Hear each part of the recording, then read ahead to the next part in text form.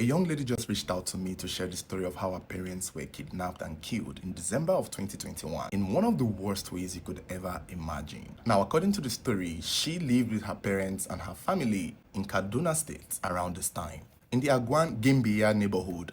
And according to what she said, they've been there for about 5 years, although they've lived in Kaduna all their lives. So, before the 21st of December, when the kidnapping happened, she said that around the neighborhood, they've been hearing that bandits plan to attack. And this is Kaduna, this is the north. So, around this time, it's somehow sort of common for bandits to do one or two things. Even when she brought it up to her mother at the shop, the mother reacted with a shrug. She was like, they usually do this around this time. They will even kidnap. This was the words of her mother. Little did she know that this was a foreshadowing that was about to happen to them. And usually, as a child, she said there was not much she could do. She heard the rumors, she told her parents, and since mom and dad shrugged it out, she too thought, okay, I guess we're fine. So eventually, the young lady goes to school to do her clearance. And on the 21st of December, she calls her mom and tells her mom that she's coming home and that she'll be home soon. But the mom is in the shop. So the mom tells her that she also will come home after she does, probably in the evening with the dad. They were into business. So by the end of the day, they would close. The young lady is at home with her brothers. And when night came, they were playing music and just having a chill time at home when all of a sudden the neighbors come knocking at their door and tells them, reduce your music, something is going on outside. This is around 9 p.m. in the night. And they all turned off their music, turned off the TV, paying attention to the commotion that they were hearing outside. It seemed like something was going on outside their compound.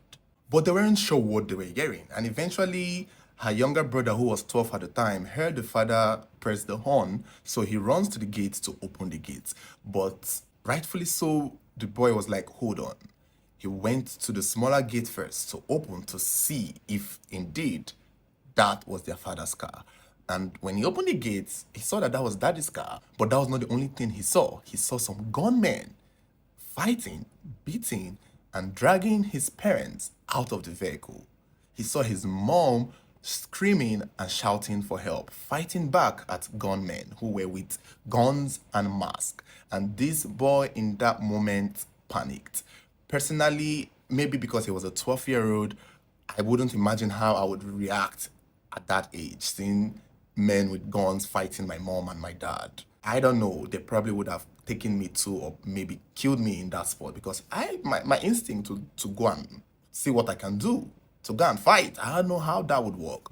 But this young man had a moment to make a tough choice, and instantly he locked the door back and closed it, and the gunmen chased after him, but he had closed the gate. So he ran back inside the house to tell everyone that, yeah, our worst nightmare is happening.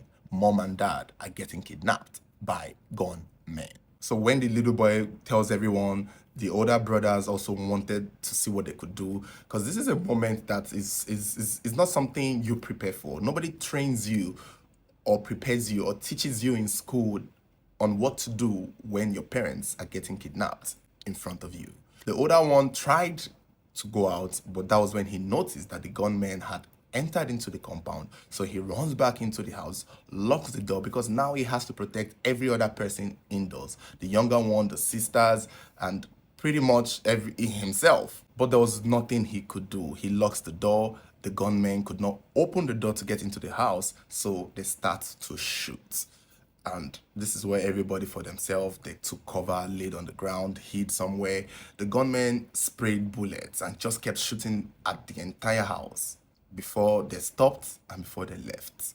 After they realized that everything had died down, the guns were no longer shooting, they came outside, and that was when they saw their parents' shoes, their phones, their car keys. And it was at this point, they even saw the car. So the people only just came to take the parents. And that was when they knew that it has happened. Mom and dad kidnapped. So naturally, they went to the police with hopes that the police will help. They went to the bush around. They were just trying their best to see what they could get to find their parents. But unfortunately, there wasn't much the police could do at that time because they had nothing to go off on. According to her, they couldn't sleep in their house that night. I can't even imagine. They had to go to their auntie's house, and the next day they got a call from their mom's phone. You remember the mother left the phone behind, so the bandits called the mobile phone, and that was the first and last time that they spoke to their parents. Bandit tells them that they should bring the sum of 50 million naira if they want to see their parents alive. Remember, these are average living family. They are not wealthy. They are just well to do. They are living averagely, like a typical average Nigerian family. So 50 million naira was somewhat ridiculous. I mean, to be fair, where would the children get it from? If you imagine that, okay, let's say it was a child that got kidnapped, parents would most likely find their way. They know where they hid and kept all the money. They know who to meet. They have more people at their disposal that could raise the money. But having to leave the burden of raising 50 million naira and these children was something that was going to be tasking. So according to her, it seemed as though they were trying to bargain with the kidnappers to free the mom, because the mom is a lot healthier and younger. The dad is in his 50s, the mom is in her 40s, late 40s, late 50s. That seemed like they were 10 years apart. So I don't know. When she told me this part, I felt like, no, this is a part that I don't even know what to say. Having to bargain who they should have to let go is pretty much just telling them who they should keep. And I think that was where things just shifted. They tried to bargain the 50 million naira to 5 million naira. So in this whole bargaining period, around the 24th or 5th of December of 2021, they heard that the kidnappers had killed some people. Put in mind that they were not the only people kidnapped that period. So they had kidnapped other people, other targeted compounds and other targeted group of people. So the parents were just one of those sets of people kidnapped along with others. So when they heard that the kidnappers had killed some people and had released the bodies, they panicked because they were not sure if their loved ones would be part of the people killed. When they went to the hospital to see the bodies that were recovered, courtesy by the kidnappers, it was later on they got to learn that one of their own was part of the people killed by the kidnapper. And it turned out to be their mother, the one that they were really hoping the kidnappers would let go, because that's what the father would have wanted. Even the father on the phone call was begging them to let the wife go, that they should keep him, and the whole thing. And somehow these evil kidnappers killed the mom. Now, there was one strange thing about her story that kept making me wonder. She said that when they went to the hospital to retrieve the bodies, when they found the mom's body, they got a phone call in that moment from the kidnappers. And the kidnappers were telling them that we could see you taking the bodies, that if they don't bring 10 million naira, they are going to kill their father.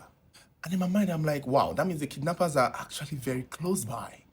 They are nearby. They are really watching. The kidnappers are not far from them. And this is a very scary thing, in my opinion. Eventually, they raised 10 million naira and gave to the kidnappers to release the dad. And this is where things started getting tricky, because the kidnappers tells them they should bring another 10 million naira. And they're like, we only have 1 million naira. They sent the 1 million naira. The next thing, the kidnappers tell them to bring 700K and a motorcycle for each and every one of them. And they're like, what is going on here? The next thing they said is, okay, can we speak to my dad to be sure that you've not killed him? This one, you're asking for all of this and we've still not heard from our dad. And that was the last time they heard from the kidnapper. That was it. All the way from 2021 to this moment, that was the last time they heard from the kidnapper. Eventually, in 2022, they had to bury their mom, and they also buried the dad, but without a body, because they still don't know if the dad was alive or dead.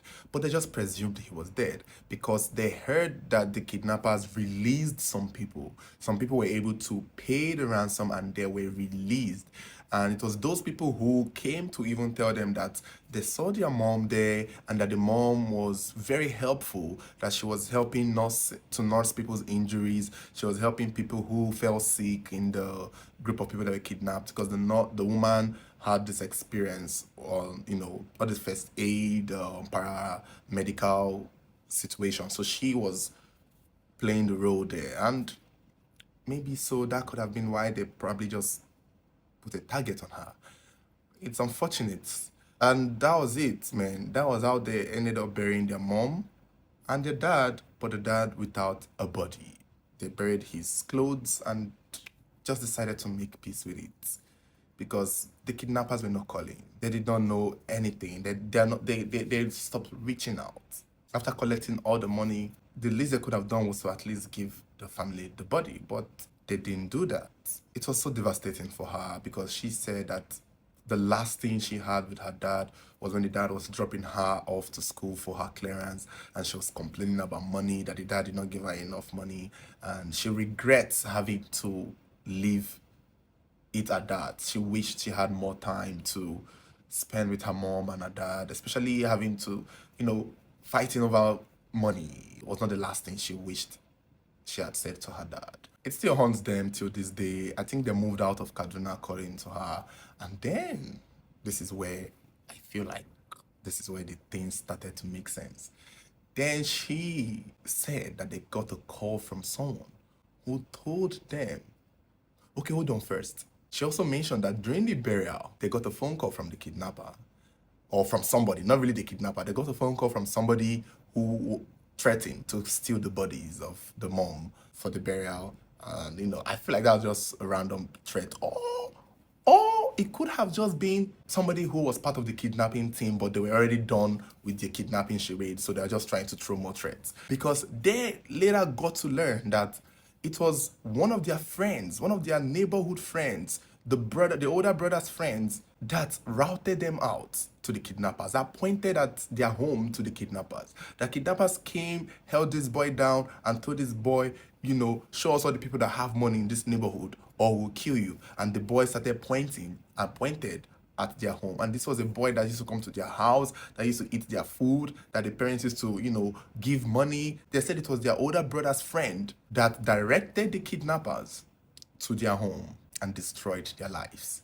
When I heard this part, I was like, oh, wow. It just made sense because the way the kidnappers were kidnapping, it felt like they were targeting people.